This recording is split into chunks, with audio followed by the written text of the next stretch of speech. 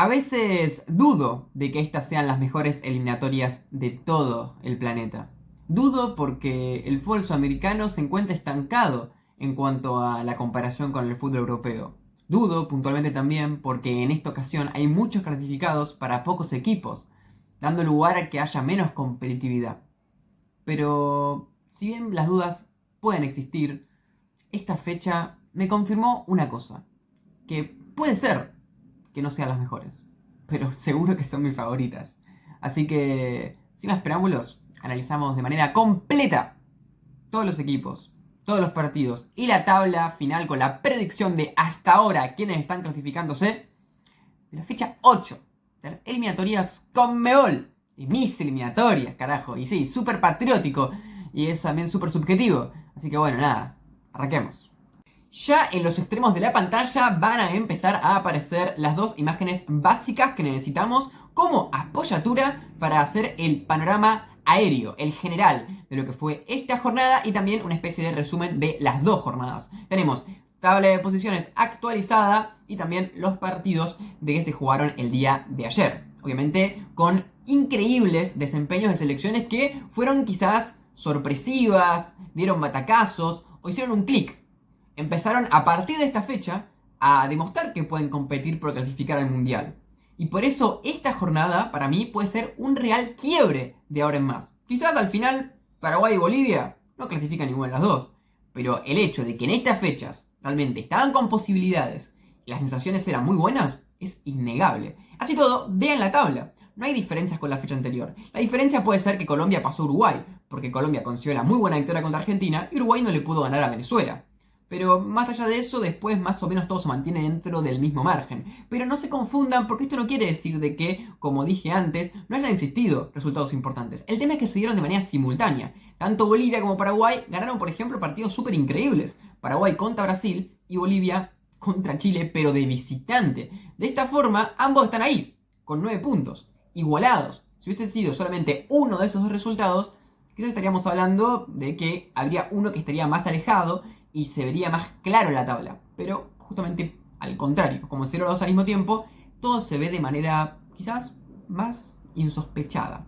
Ahora, ¿cuál es la verdadera realidad? Y es que se acercaron. Que los equipos de abajo parece que están más a la altura que en las fechas anteriores. Y los equipos del medio están menos a la altura que en las fechas anteriores. De hecho, Bolivia y Paraguay sumaron 6 puntos los bolivianos, 4 puntos los paraguayos y Ecuador sumó 3, Brasil sumó 3 y Venezuela sumó uno solo. Esto quiere decir que estos dos que tuvieron unas grandes dobles jornadas recortaron puntos y se encuentran a un punto y a 2 puntos respectivamente de las selecciones que están en esa parte mediana. A ver, Ecuador tiene los puntos descontados por el tema Byron Castillo, si no estaría mucho más cómodo. Pero el caso de Brasil y Venezuela no creo que sea igualmente preocupante para ambos, pero sí están ahí, a tiro de quedarse afuera en la próxima jornada, al menos de forma parcial. Uno podría pensar Brasil con el plantel que tiene, si tiene alguna doble jornada un poco más accesible, si aprovecha sus partidos de local, va a clasificar. Y es cierto, posiblemente se clasifiquen, pero no hay que confiarse. Digamos que hace rato venimos diciendo que, bueno, Brasil, tarde o temprano, bueno, todavía no se levantó. Entonces, cuidado. Ahora, la que realmente tiembla es Venezuela, porque en un momento, con un desempeño tan flojo de Paraguay, de Chile, de Bolivia, de Perú, es como que Venezuela parecía que tenía casi que el mundial asegurado. No por matemáticas, por sensaciones. Incluso por la Copa América que hizo, más todavía. Ahora, ¿qué pasa?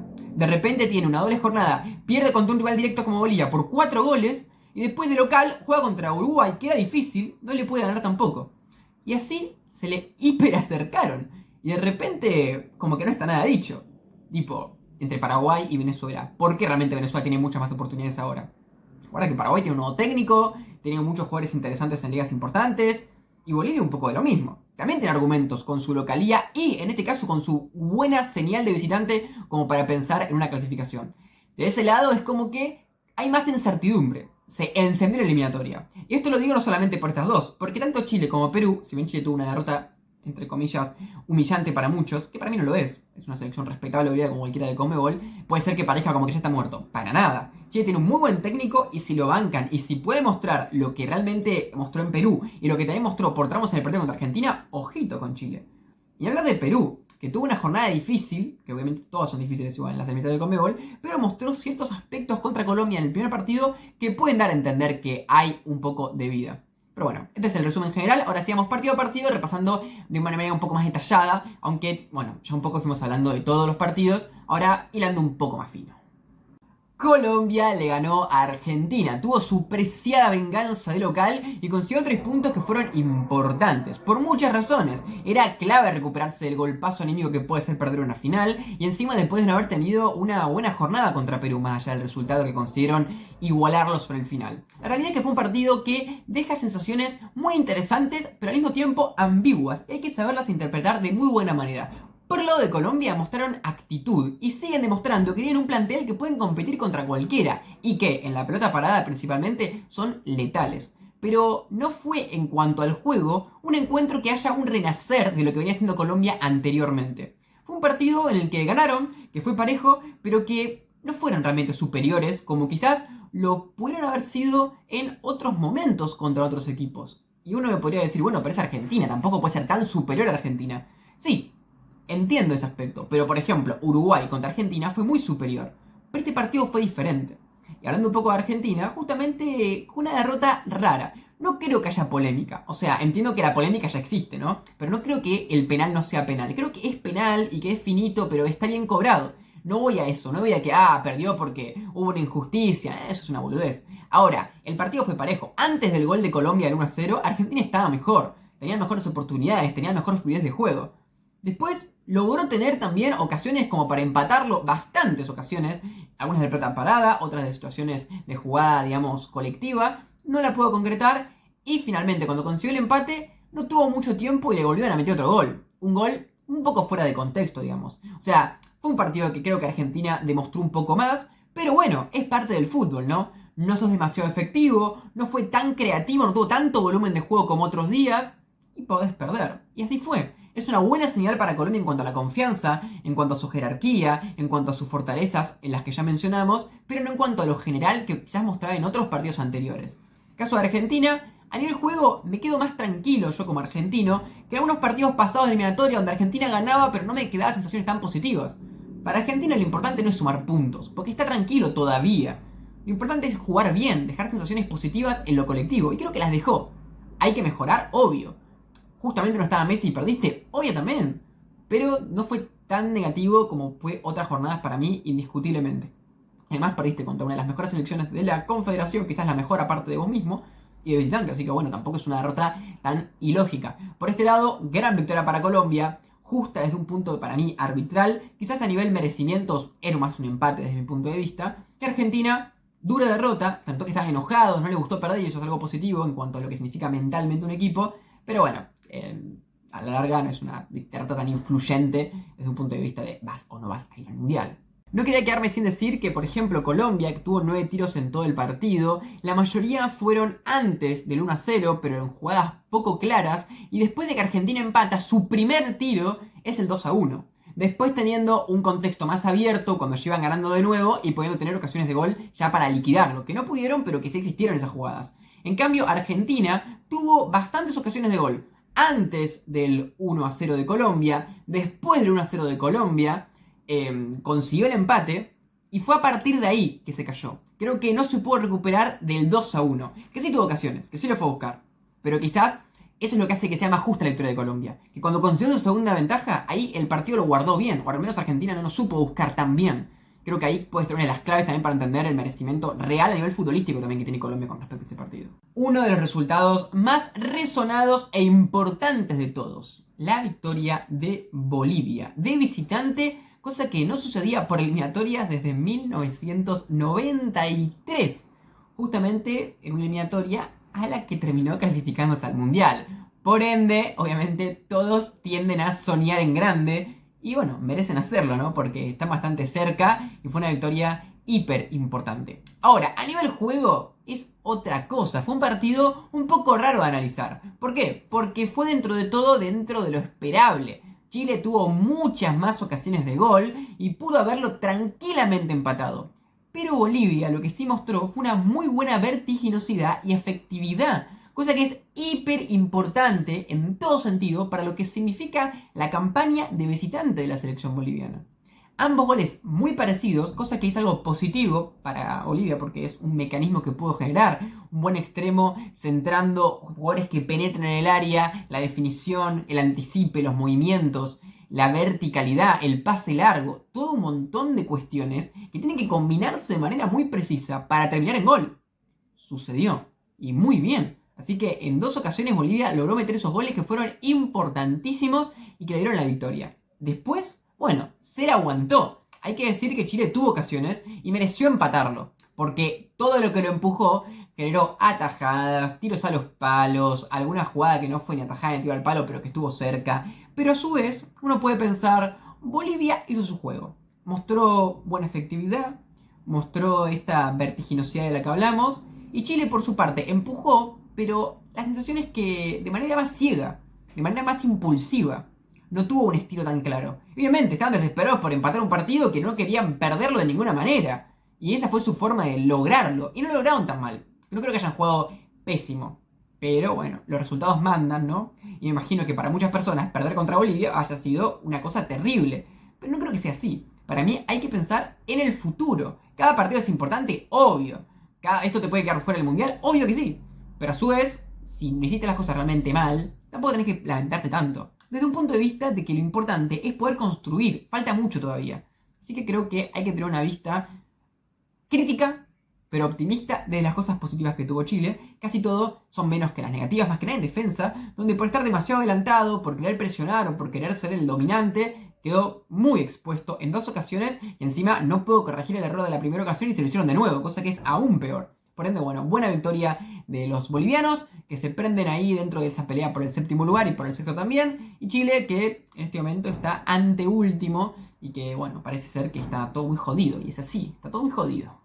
Entre un cúmulo de sorpresas y resultados raros, apareció Ecuador y hizo la lógica. Le ganó a Perú de local, consiguiendo 3 puntos súper importantes y acomodándose bien en esa parte mediana, que como ya dijimos, de no ser por el descuento de puntos, estaría más pensando en los puestos de arriba de todo. La realidad es que el partido es positivo para Ecuador por varias razones. El resultado ya lo descontamos, pero hasta podríamos dudar de eso. Fue un resultado corto, no estuvieron tan lejos de, por ejemplo, recibir un empate en alguna última jugada que quizás con un pelotazo al área pudo haber llegado. El verdadero punto de Ecuador tiene que ver con cómo jugó, tanto en defensa, que esto lo vamos a matizar muy bien, como en ataque. A nivel ofensivo, cuando estuvo el partido 0-0, o sea, cuando tenía una responsabilidad de ir a ganarlo, demostró que pudo ser un equipo bastante intenso, teniendo todo el tiempo la pelota, manejándola con paciencia, probando desde fuera del área, presionando y forjando errores del rival. Dije forjando, pero quizás la palabra más adecuada sería forzando errores del rival, aunque de todas formas también los está forjando, lo está generando. Y de esta forma generando que también Gallese se convierta en una de las figuras solamente habiendo visto el primer tiempo. Ecuador tenía esa intensidad necesaria, tenía diferentes recursos como la pelota parada, los centros, los desbordes por banda, como ya dijimos, el toque intermedio y el probar desde afuera. Y esto le servía. Había tenido buenas oportunidades. Pero bueno, después de haber conseguido el gol con otra de esas buenas oportunidades, en este caso con un centro al área, se aplacó. Fue un equipo más vertical, no tuvo tantas oportunidades para liquidarlo, pero alguna tuvo. De hecho, considero que tuvo más oportunidades Ecuador para liquidarlo en 1-0 que para empatarlo Perú en 1-1. Pero algo que además suma a este aspecto positivo en cuanto a su ataque es el aspecto de que Perú no hizo nada en ataque nunca. Y obviamente, esto es algo que vamos a hablar negativamente de los peruanos, pero también positivamente de los ecuatorianos. Ecuador tuvo solamente 2 tiros que recibió en todo el partido. Y no digo al arco, en general. Y de hecho, iba ganando desde el minuto 55 y pese a esto Perú no tuvo casi ningún tiro. Esto es algo muy positivo en una eliminatoria tan pareja, donde cualquiera le puede ganar a cualquiera, donde esto está sucediendo encima, que prácticamente no hayan llegado, que prácticamente hayan sufrido nunca, es un gran mérito. Gran mérito, teniendo en cuenta que las eliminatorias pasadas Perú había ganado acá. Entonces, no era un partido para nada accesible. Por el lado de Perú, es que mi sensación fue que su estrategia defensiva no les alcanzó. Por momentos raspaban. No es que el primer tiempo fue una paliza ecuatoriana. Pero así todo, fue lo suficientemente diferencial lo que generó Ecuador como para decir, lo está mereciendo, lo está desbordando, le está generando. No podía frenar su tiro de larga distancia, no podía frenar del todo los desbordes, el arquero tuvo que aparecer. O sea, no pudieron ser sólidos realmente. Fueron a defenderse y no solamente no pudieron defenderse, sino que tampoco pudieron aprovechar los espacios y contraatacar. Y encima, cuando les marcaron gol y tuvieron la responsabilidad de empatarlo porque no tenían nada que perder, tampoco hicieron nada. O sea, realmente tuvieron muy pocas oportunidades de gol. 2 tiros. Entonces, muy negativo este partido. Por el resultado, no por lo abultado, sino por que haya perdido, y también por el desempeño. Muy bien para Ecuador, muy mal para Perú. Y en el caso de Ecuador, recordemos con Sebastián Becachese en el banco, que bueno, consiguió su primer victoria. Por este lado, dentro de la lógica lo que podía pasar, Ecuador cumplió en la doble fecha, ¿no? Perdió contra Brasil, puede pasar de visitante, le ganó en este caso a Perú de local. Perú, el primer partido no fue tan malo. Le empataron en las últimas jugadas del partido. Perder sí fue malo. Y en general un solo punto, no ganaste local, hizo una doble jornada negativa. Hablando de resultados engañosos, realmente es muy interesante como un resultado a una simple vista puede parecer algo, pero que cuando uno simplemente se internaliza de manera muy mínima, ya va a darse cuenta de muchas cosas. Venezuela empató 0-0 con Uruguay, resultado que uno puede pensar a ninguno le sirve. Uruguay no había ganado de local, tenía que ganar de visitante, es Venezuela una selección no tan fuerte, y Uruguay una que venía jugando muy bien antes de la Copa América. Podría pensar, debe ganar. A su vez, Venezuela había perdido muy feo en la primera fecha. De local debía ganar. El empate no le sirve a ninguno de los dos, pero a su vez ninguno tampoco perdió. Entonces es como que es un punto medio de mediocridad en el que no están deprimidos por lo que le pasó, pero ninguno se va contento. Ahora, a nivel juego es lo llamativo. Uruguay se vio bastante mal. No tuvo prácticamente ocasiones claras de gol, no pudo dominar el juego, no se vio con su juego fluido de otros tiempos, entre comillas, y al contrario, el que tuvo más oportunidades y por diferencias estadísticas gigantescas fue Venezuela, con 20 tiros totales, cuando Uruguay no llegó ni a los 10. Súper interesante. Ahora, ¿fueron chances hiper claras las de Venezuela? No todas. Mucho tiro desde afuera, mucha pelota parada, digamos que las maneras más sencillas de inflar estadísticas. Pateando de cualquier lado, llegando al área de cualquier forma, pero así todo, desbordando, penetrando, generando peligro. Venezuela posiblemente mereció más ganar que Uruguay. En un partido cerrado, parejo, chato podemos decir, pero con una diferencia significativa en la intensidad, en la actitud que marcaron ambos y en lo que hicieron para ganar el partido. Por ese lado, bien por Venezuela. No logró una buena fecha, pero sigue vigente esa competitividad. Pero también uno piensa, ¿sigue vigente la competitividad de Venezuela? ¿O también tiene que ver con que Uruguay bajó bastante su nivel? ¿Este Uruguay es el mismo de antes? Eso es lo raro, que podría parecer a simple vista el empate entre una muy buena Venezuela y un buen Uruguay. Pero en realidad no es si fue ese empate. Fue un empate entre una Venezuela que no sabemos muy bien cómo puede jugar, porque no viene bien en el anterior partido y en la Copa América no jugó tan bien como lo venía haciendo en anteriores momentos. Y Uruguay le pasa un poco lo mismo. Entonces es como una sensación de ambigüedad que posiblemente se confirme o se rechace a medida que avance el tiempo. Por ende, las conclusiones serán sacadas, como siempre, cuando tengamos más condimentos, más contextos, más datos en la mesa. Por ahora, digamos, Venezuela estuvo un poco mejor. Creo que fue un partido positivo desde ese lado, pero negativo desde el resultado. Y para ambos negativo el resultado, pero peor por Uruguay desde el juego. ¿Se acuerdan cuando Gustavo Alfaro le había empatado a Brasil a la Copa América jugando con Costa Rica? Que uno podía pensar con un equipo quizás un poco más ofensivo, o mejor dicho, con mejores armas en ataque, que pueda ser más efectivo, que pueda tener algún destello más brilloso en algún momento puntual, quizás le podría haber sacado alguna ventaja superior. Bueno, quizás hoy tuvimos ese experimento. Paraguay, con su nuevo técnico Alfaro, consigue esta victoria contra Brasil de local, muy interesante. Brasil sigue sin levantar cabeza, no fue un buen partido, pero nuevamente Brasil le pasa que domina, que tiene mucho en la pelota, que tiene muchas ocasiones en las que está en campo rival, que está cerca del área, pero que le cuesta resolver. Paraguay se replegó bien y se defendió de manera bastante competitiva. Hay veces que pasa, como por ejemplo había pasado en ese partido de Brasil-Costa Rica, que uno sale 0-0 o gana el equipo que menos llegó, pero en realidad es engañoso, porque el equipo que atacó lo pasó por arriba, pero tuvo mucha mala suerte, o realmente el arquero fue una figura increíble, y a nivel juego eso no es tan significativo, a nivel meritorio para el equipo que consigue ese resultado. Pero este no fue el caso. Brasil no fue tan claro. Tuvo mucha presencia, tuvo muchos tiros, tuvo muchos centros, pero después, una vez que terminaban viendo las jugadas, no se reemplazan bien los números con lo visible. No sé si me explico. Las estadísticas dicen una cosa, pero cuando ves el partido ves otra. Ves algo mucho más caótico a la hora de los ataques brasileros. Y pueden haber empatado. ¿Mereció empatar Brasil? Quizás sí. en cuanto a acumulación de oportunidades cercanas a meter gol. Pero en cuanto a lo táctico, Paraguay quizás fue más inteligente. Mostró un arma contra Uruguay que era la pelota desde lejos, o sea, el patear larga distancia. Y hoy lo concretó. 2 tiros a los palos contra Uruguay y acá palo y adentro. Interesante. Un recurso súper útil para una selección que no va a atacar tanto y que muchas veces va a tener que atacar rápido. Interesantísimo. Y encima, justo el mismo jugador que había tenido un tiro al palo contra Uruguay, que es Gómez. En el caso de este partido, no tuvieron mucho más en ataque. Pero obviamente consiguieron el resultado muy temprano. Entonces pudieron jugar todo el resto del partido a su manera. No tuvieron tanta capacidad de contra, que es algo que podríamos destacar como algo que podría mejorar y lo puede ser liquidado, que en otro partido mejor. Pero igual, en lo defensivo creo que estuvo bien. De hecho, no es que el arquero Fernández haya tenido muchas tajadas, no es que los centrales o defensores se han llenado de estadísticas defensivas de despejar todo, no. Fue un partido en el que el orden, la garra, la buena marca de Paraguay por momentos alcanzó, por momentos no, pero cuando no alcanzó, cuando Brasil pudo generar tiros, generar centros, Brasil no fue claro. Los centros no fueron tan buenos, no hubo tantas buenas llegadas en el área, no hubo tan buenos remates, y algunas ocasiones puntuales en las que a Brasil se le dio todo esto, bueno, apareció quizás una salvada de la línea, una tajada del arquero, y ahí Paraguay se pudo sostener. Se pudo sostener porque Brasil no llegó tantas veces, no tuvo tanto volumen de juego para forzar esa estadística de que un momento entre. Pero así todo generó como para meter algún gol aunque sea. A Brasil le pasa esto. En defensa, de repente meten un gol insólito, pero que obviamente hay culpabilidad en cierto punto, una pérdida previa de cómo lo marcan, cómo pueden frenar esa jugada. Y después van y al verse tan taponados no tienen esas ideas o esas combinaciones colectivas para romper. Y no pudieron. Brasil perdió. ¿Le afecta? Sí, obvio que le afecta. Anímicamente, a nivel juego no jugaron bien de nuevo, o al menos no convencieron. Así todos siguen siendo competitivos, obviamente. Pero bueno, creo que es muy fácil pegarle a Brasil. Yo no voy a hacerlo tanto. Hasta acá llegué en cuanto a eso.